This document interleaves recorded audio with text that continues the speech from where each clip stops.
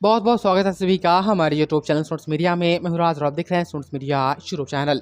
बिहार शिक्षक भर्ती योजना, हाल ही में एक रिपोर्ट आई है जिसमें कहा जा रहा है कि 2.25 लाख के आसपास में जो है शिक्षक की बहाली की जाएगी। कक्षा 1 से लेकर के 12वीं तक के तमाम सरकारी स्कूल जो है, हाई स्कूल +2 तक की हम बात करें तो कक्षा 1 से लेकर के 12वीं तक के तमाम स्कूलों में जहां पर सीटें खाली है वहां पर 2.25 लाख शिक्षक नियुक्त किए जाएंगे और इसकी प्रक्रिया जल्द ही शुरू की जाएगी।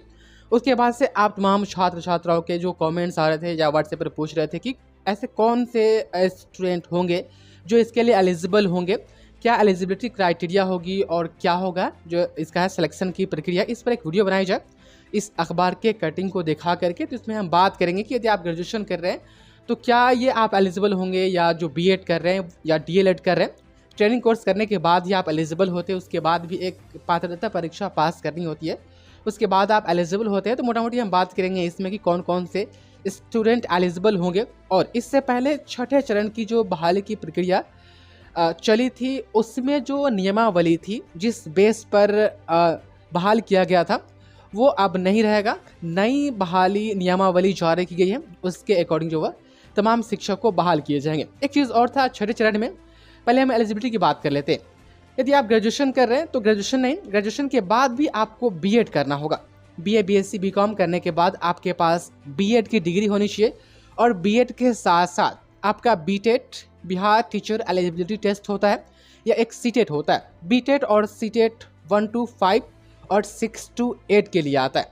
तो बीएड और डीएलएड करने के बाद ही आप बीटेट या सीटेट का आप एग्ज़ाम देते हैं। उस एग्ज़ाम में आप क्वालिफाई होते हैं, तब जा कर के आप जो है माने जाते हैं एलिजिबल।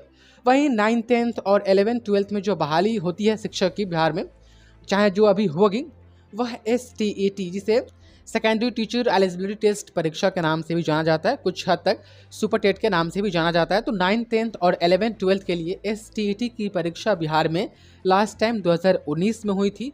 उसमें जो स्टूडेंट एलिजिबल होंगे वही अप्लाई कर पाएंगे। मोटा मोटी यही है कि आपके पास जो है बीएड होना चाहिए, नहीं तो डीएलएड होना चाहिए, दोनों में से कोई एक। और ये दोनों होने के साथ साथ आपके पास बीटेट या सीटेट या आपके पास सुपर टेट होना चाहिए, तब आप एलिजिबल होंगे। इतना आप ध्यान रखिए।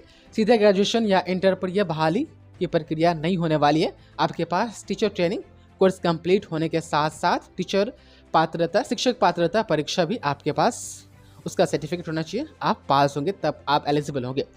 छठे चरण बहाली में हुआ क्या था कि मान लीजिए आप वैकेंसी आ जाती है, वैकेंसी आने के बाद आपको आवेदन करने पड़ते हैं। तो तमाम नियोजन इकाई पंचायत लेवल पर, ब्लॉक लेवल पर होती है। मैंने सेपरेट वीडियो बनाई थी कि किस तरीके से होती है शिक्षक बहाली की पूरी प्रक्रिया, कितने नियोजन इकाई होते हैं, कहाँ पर होते हैं, कैसे होते हैं। वो वीडियो ऑलरेडी चैनल पर है, उस वीडियो का लिंक डिस्क्रिप्शन में दिया गया है, आप जा करके देख सकते हैं। पूरी डिटेल में जो है उस पर वीडियो मिल जाएगी। तो बहाली आने के बाद पहले था कि आपको ऑफलाइन आवेदन करना पड़ता था तमाम नियोजन इकाई में जा करके, लेकिन इस बार नहीं है। इस बार बहाली आएगी तो आपको ऑनलाइन आवेदन जो वह करना होगा।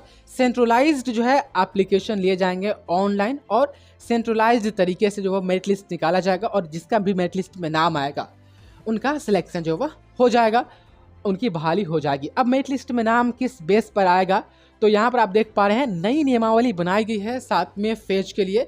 कक्षा 1 से 5 तक के लिए क्या होगा, उसके बाद कक्षा 6 to 8 के लिए क्या होगा, नियमावली में किस तरीके से जो है मेरिट में जो है नाम आने के लिए क्या क्या इवैल्यूएशन यहाँ पर किया जाएगा, आप देख पा रहे हैं। उसके बाद से कक्षा 9th 10th में जो है बहाली के लिए क्या क्या देखा जाएगा, कैसे मेरिट लिस्ट निकाली जाएगी, किस बेस पर, वो दिया हुआ है।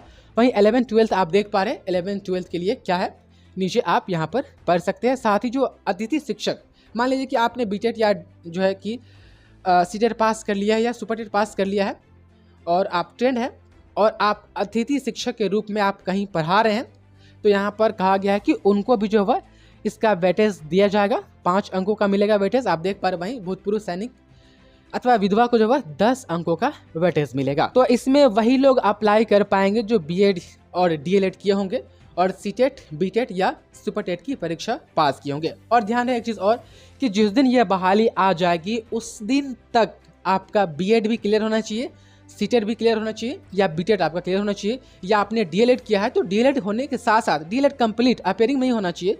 डीएलएड का फाइनल रिजल्ट या बीएड का फाइनल रिजल्ट आने के साथ साथ आपका सीटेट या बीटेट या सुपर टेट का भी फाइनल रिजल्ट उससे 1 घंटा पहले भी आ चुका हो, तब आप 7वें चरण में जो वो एलिजिबल होंगे। 7वें चरण की बहाली आने के बाद आपका बीएड या डीएलएड क्लियर होता है या सीटेट बीटेट, तो फिर आप इसके लिए एलिजिबल नहीं होंगे, फिर आपको और लंबी इंतजार करनी होगी। तो उम्मीद है कि आपको समझ में आ गया होगा क्या है इसकी प्रक्रिया और एलिजिबिलिटी। कोई और कन्फ्यूजन है तो आप हमें कमेंट में अपना सवाल रख सकते हैं। बहुत बहुत शुक्रिया आपके इस वीडियो को देखने के लिए।